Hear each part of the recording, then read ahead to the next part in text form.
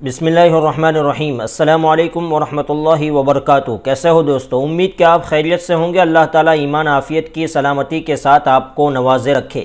لکھیم پور کا واقعہ پورے ملک بھارت کے لیے ایک تنبیہ ہے کہ ہماری جمہوریت، ہماری ڈیموکریسی اچھی صحت میں نہیں ہے۔ اجے کمار مشرا جن کے بیانات اور تشدد کو بھڑکانے والی سرگرمیاں خبروں میں ہیں، یہ کوئی عام آدمی نہیں ہے، وہ ملک کے وزیر مملکت برائے داخلہ ہیں۔ ان کے پاس ملک میں آئین اور قانون کی حکمرانی کو برقرار رکھنے کی ذمہ داری ہے۔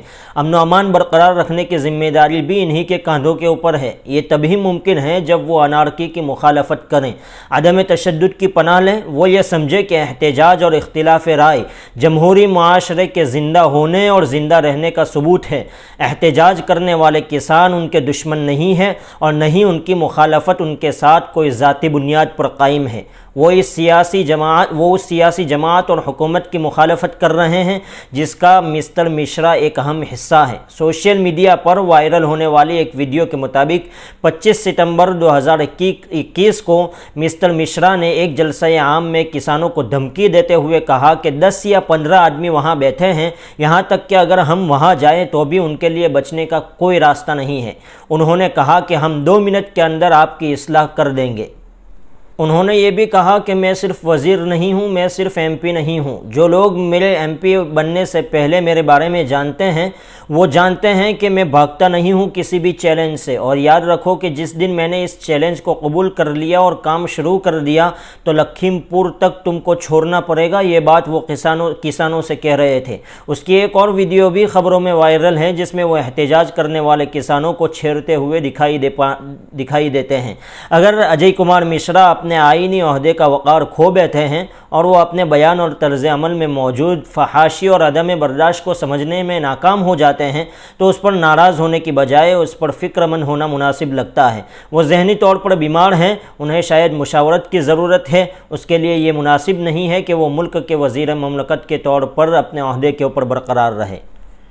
جب ملک کی حکمرانی چلانے والے وزراء کی اکثریت حکومت کی پالیسیوں کی مخالفت کو ذاتی دشمنی کی شکل دینا شروع کر دیتے ہیں اور اپنے حامیوں کو انتقامی اور اشتعال انگیز بیان دے کر براہ راست یا بالواسطہ طور پر اختلافی آوازوں کے خلاف تشدد پر اکساتے ہیں، تب عوام کا پریشان ہونا اور خوف زدہ ہونا فطری بات ہے۔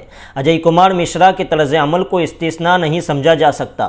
وہ مرکز اور بی جے پی کی زیر اقتدار ریاستوں کے رہنماؤں کی ایک روایت کا حصہ ہے جس میں پچھتاوے کے بغیر جارحانہ اور پرتشدد بیان بازی قابل تعریف معیار سمجھا جاتا ہے۔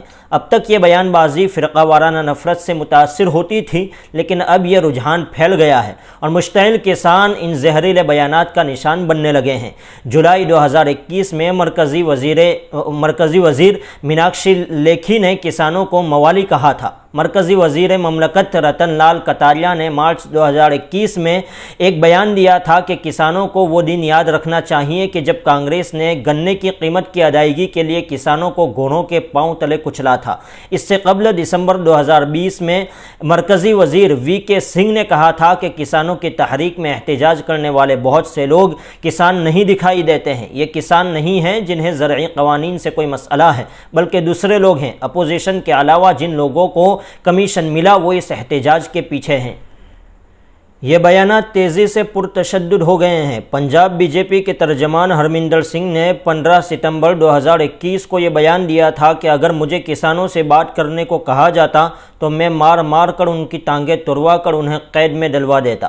انہوں نے مزید یہ بھی کہا کہ یہی حالت کسانوں کی ہونی چاہیے۔ اس واقعے کا تازہ ترین اور انتہائی تشویشناک اور خوفزدہ کرنے والا بیان وزیر اعلیٰ ہریانہ منوہر لال کھٹر نے دیا ہے۔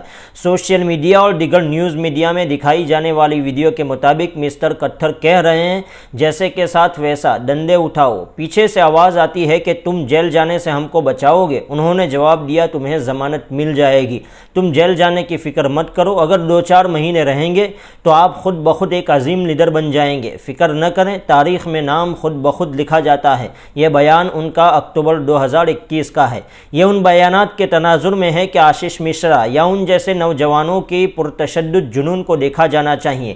اس نوجوان کے ذہن میں اتنا زہر بھر چکا ہے کہ وہ غصے، خوف، نفرت اور تشدد کے سوا کچھ سمجھ ہی نہیں سکتا۔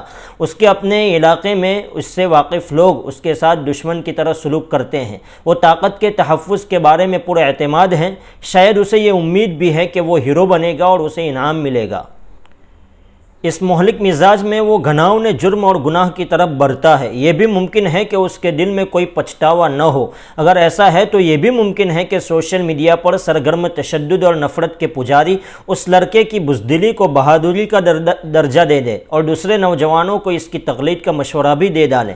اس واقعے کے بعد ہم نہیں جانتے کہ اجے کمار مشرا اپنے بیٹے کے بارے میں ایک باپ ہونے کی حیثیت سے کیا سوچتے ہیں، لیکن ہمارا خیال ہے کہ انہیں فکر مند ہونا چاہیے۔ ان کا بیٹا ذہنی مریض ہے، انہیں اپنے اوپر شرم آنی چاہیے۔ وہ کس قسم کے تشدد سے نفرت کرنے والے معاشرے میں اپنا حصہ ڈال رہے ہیں۔ اب وقت آ گیا ہے کہ ہم ہوشیار رہیں۔ اگر نفرت اور تقسیم کا یہ طوفان نہ روکا گیا تو نتائج بد سے بدتر ہو سکتے ہیں، بلکہ ہو گئے ہیں۔ پی ایم مودی کی اس وضاحت کے بعد کہ وہ کرشی قانونوں کو واپس نہیں لیں گے، ان کے اندھے حامی اور اندھ بھکت کسانوں کو زبردستی تحریک سے بے دخل کر کے اس تحریک کو ختم کرنا اپنی اخلاقی ذمہ داری سمجھتے ہیں۔